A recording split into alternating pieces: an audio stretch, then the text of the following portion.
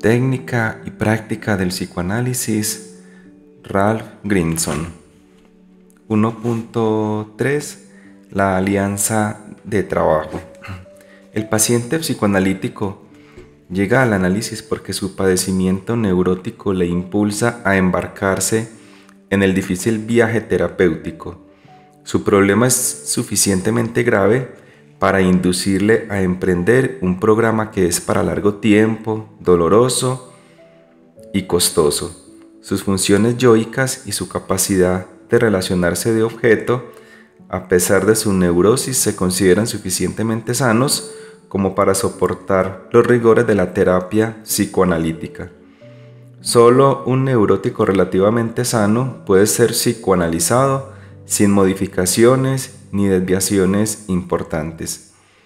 El paciente psicoanalítico produce el material para el tratamiento por medio de asociaciones libres, reacciones de transferencia y resistencias.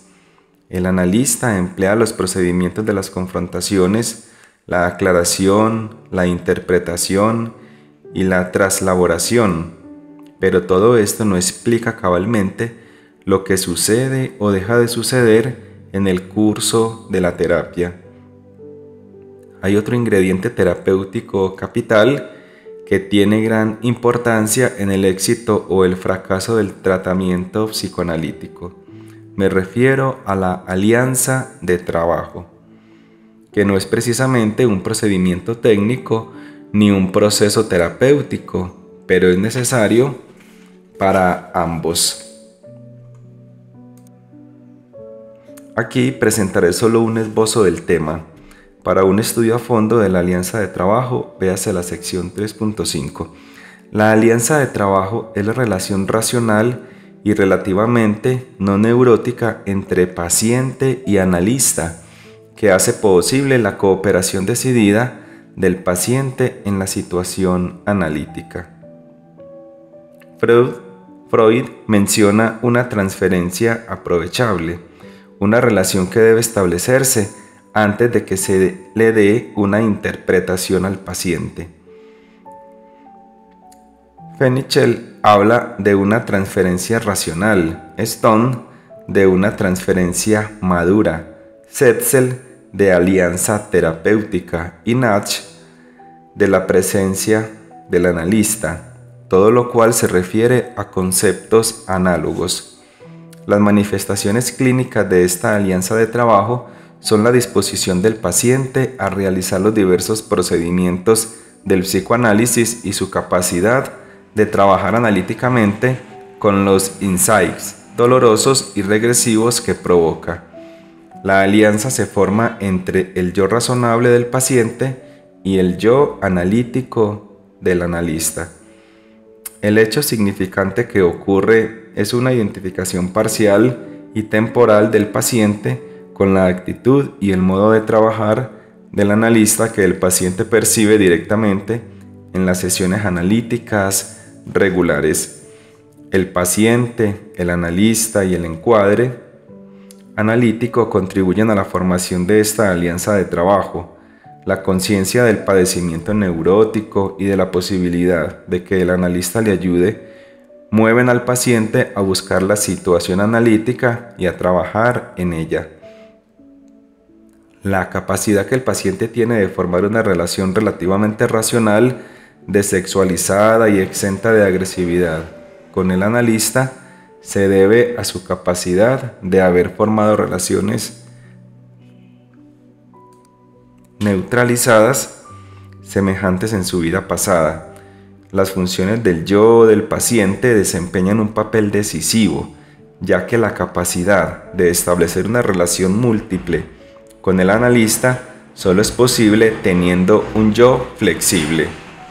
El analista lleva a la alianza de trabajo su constante interés en el entendimiento y en el insight, su continuo análisis de las resistencias y sus actitudes cordiales, empáticas, sinceras y no juzgadoras.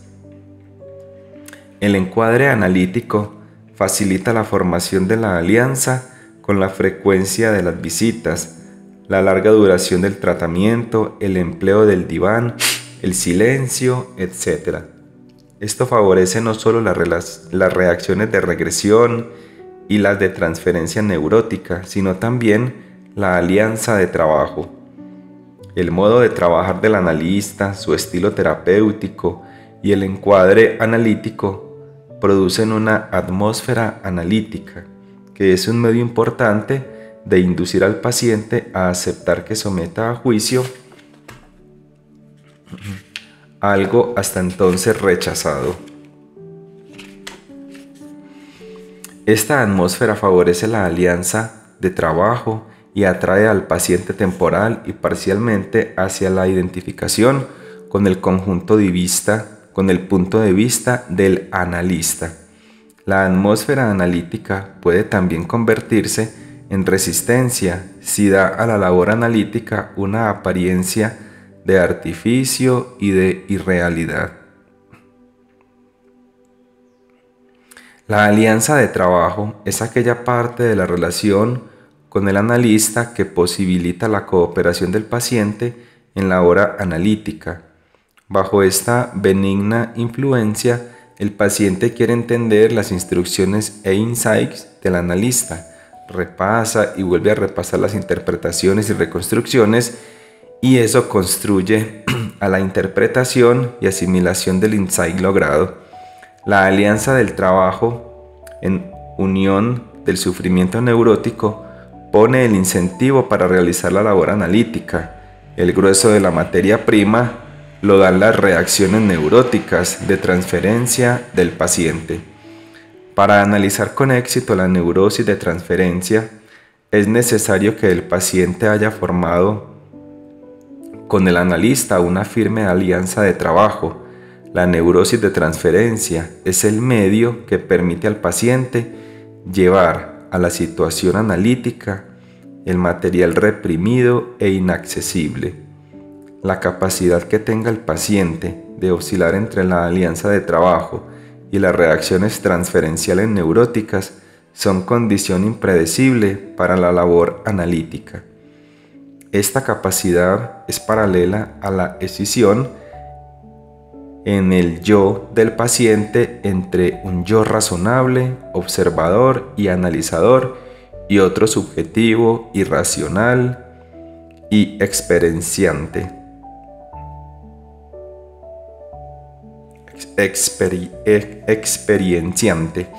Esta decisión puede verse en la asociación libre. Cuando el paciente se deja llevar por un recuerdo o fantasía doloroso, el yo experienciante pasa al primer plano y no hay conciencia del sentido ni lo adecuado de las emociones en ese momento.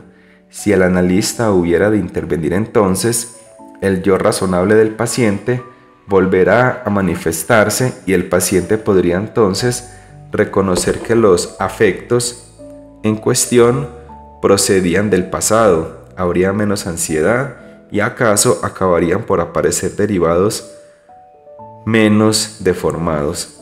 Esta escisión de las funciones yoicas puede verse con extremada claridad cuando uno analiza las resistencias transferenciales. La capacidad de escindir las funciones del yo hace también posible que el paciente separe la alianza de trabajo de la transferencia neurótica. Resumiendo, la alianza de trabajo proporciona la motivación cotidiana, así como la capacidad de realizar la labor analítica.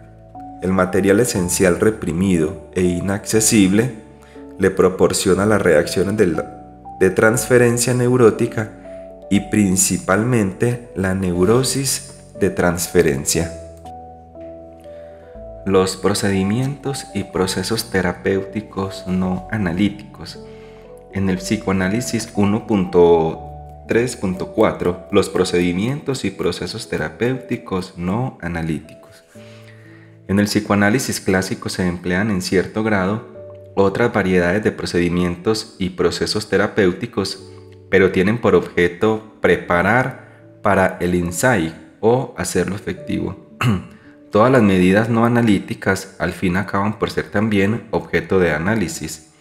Este breve examen se limitará a los tres principales agentes terapéuticos no analíticos. La abreacción o catarsis está relacionada con la descarga de emociones e impulsos reprimidos. Breuer y Freud la consideraron en un tiempo método de tratamiento curativo. Hoy se considera la abreacción válida para dar al paciente el sentido de convicción acerca de la realidad de sus procesos inconscientes.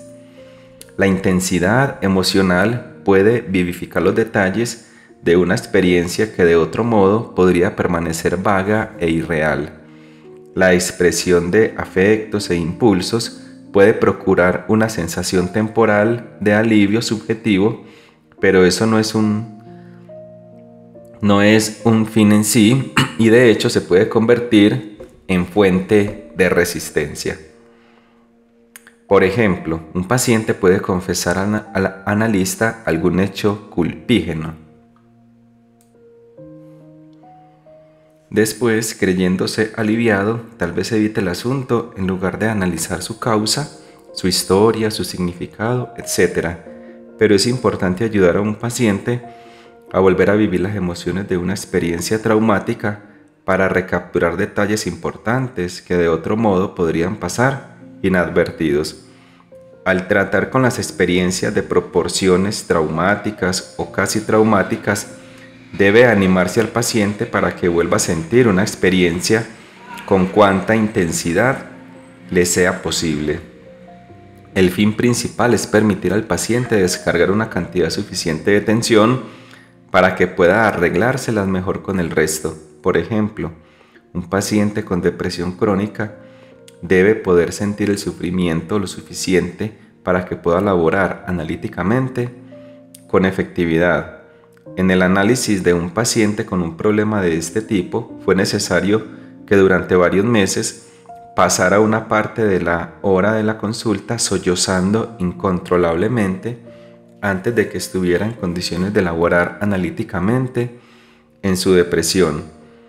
El mismo principio es válido para los estados de ansiedad.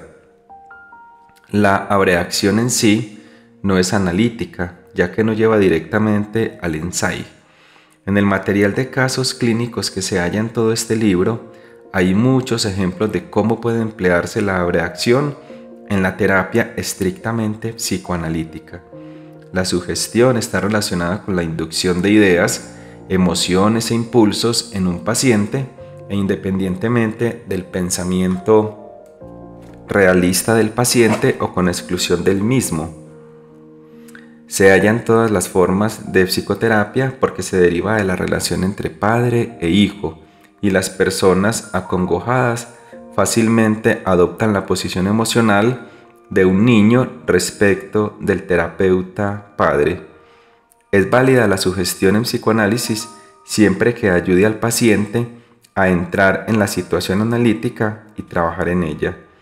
Aunque el psicoanalista no garantiza grandes resultados de este tratamiento, el paciente tendrá en él un grado de confianza poco realista debido a las influencias sugestivas que se originan en la actitud de su psicoanalista. Mis pacientes notan en mí un sentido de optimismo subyacente, a pesar de lo que yo diga o de mis opiniones conscientes. En el curso de un análisis hay ocasiones en que es aconsejable animar a un paciente a que trate de soportar algún dolor o frustración.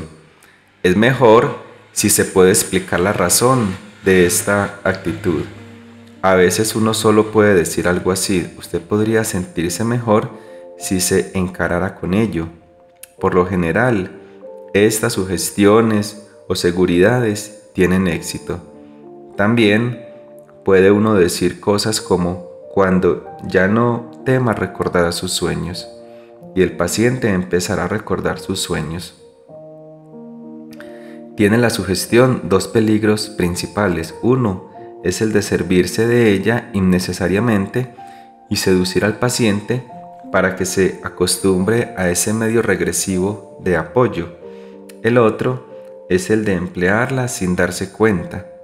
Entonces, no se analizará la influencia sugestiva del analista y el paciente adquirirá, de hecho, un nuevo síntoma neurótico con las sugestiones no analizadas de su analista. Esto sucede cuando se dan las interpretaciones como un dogma. Entonces los pacientes se apegarán a la interpretación como una idea obsesiva. El artículo de Glover sobre las interpretaciones inexactas y la sugestión es clásico al respecto. El meollo de la cuestión es que la sugestión y las seguridades dadas tienen que reconocerse al fin, francamente, introducirse en la situación analítica y analizarse sus efectos. La manipulación es una actividad evocadora que emprende el terapeuta sin conocimiento del paciente. El vocablo ha adquirido una connotación desfavorable en los círculos psicoanalíticos porque la ha empleado abusivamente los llamados analistas silvestres, pero forma tanto parte de la terapia analítica como la sugestión y la abreacción. Suele emplearse para fomentar diversos procesos que se suscitan durante un análisis terapéutico clásico. Para el punto de vista clásico al respecto, y Alexander, véase Gill para el punto de vista clásico al respecto y Alexander para una opinión contraria, 1954. Es manipulación quedar callado durante la consulta para dejar que un afecto se robustezca hasta hacerse más demostrable. Es manipulación no analizar la transferencia para dejarla alcanzar cierta intensidad o reducirse.